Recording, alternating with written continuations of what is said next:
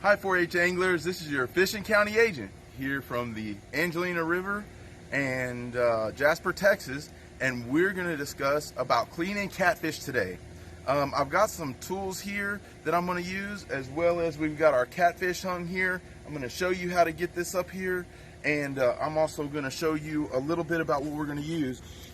Everyone needs to have a good fillet knife that they can use to fillet this catfish, a pair of pliers, or they make special pliers that you can buy from a store to pull the skin down. Sometimes you need a sharpener to sharpen your knife like that, and then you may want to use a glove just so you don't cut yourself. So we're going to put on our glove here. Another thing that I've got is something to put my fillets in. This is a pretty big catfish, so I don't know if it will all fit in there, but we're going to give it a try. What we have here is a blue catfish that we caught on the Angelina River, and we've hung him up, and it's is to get you a good stiff wire and put it over a tree limb. See how I got it over a tree limb? One that's going out is good too. This is the best one that I had closest, so that's the reason we're using this. But it's good and stiff, and we'll hold this catfish up.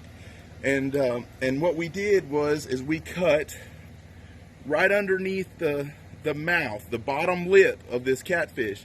This catfish has lots of teeth in there, and you can see how he has a lot of teeth.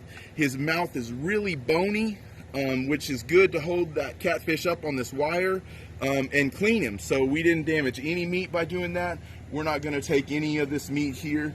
And this catfish has what they call barbels that come out. See that? And he's got them all along the bottom ridge. This catfish fills with those. He's got a real eye for his predatory nature. They eat a lot of live bait, and this particular catfish will also eat other things besides fish. So, but there are catfish such as a flathead that only eat live bait. So let me tell you a little bit about this animal. These are the pectoral fins. They do have a barb that comes out here. You see this very stiff barb that comes out here? Very dangerous. I actually had one of these stuck in my foot one time. It was not fun.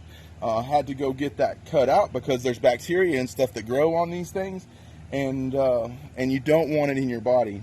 So that's the pectoral fin. Right here we have the gills. You can see the gills there, up in there.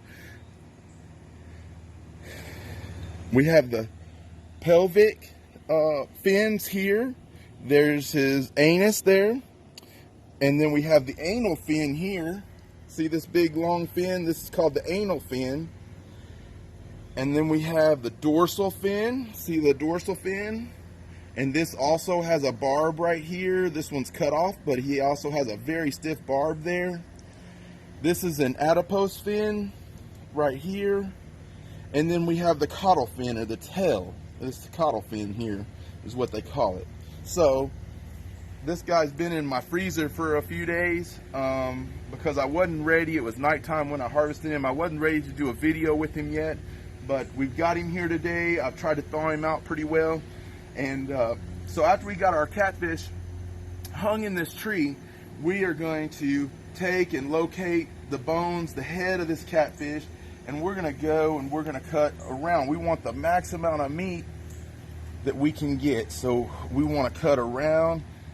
And when I was a kid growing up, we used a razor blade, and we used the razor blade because it cut this tough skin. They really do have a tough skin around them, and it cut it really well.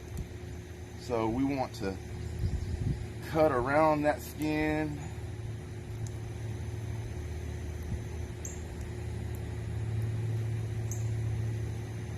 All the way around, yeah.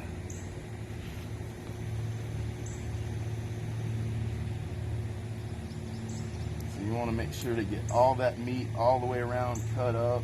There's a bone, it's a real hard bone there on top. Make sure you cut that, because when we go to pull this down, we don't want any resistance holding it back. See how I cut all the way around there, around his head? We're not going to mess with his head, we're just going to mess with his fillets. We want these big, long fillets in here. I also want to tell you one more part of the fish, and that would be the lateral line. The lateral line is located right in here on this fish.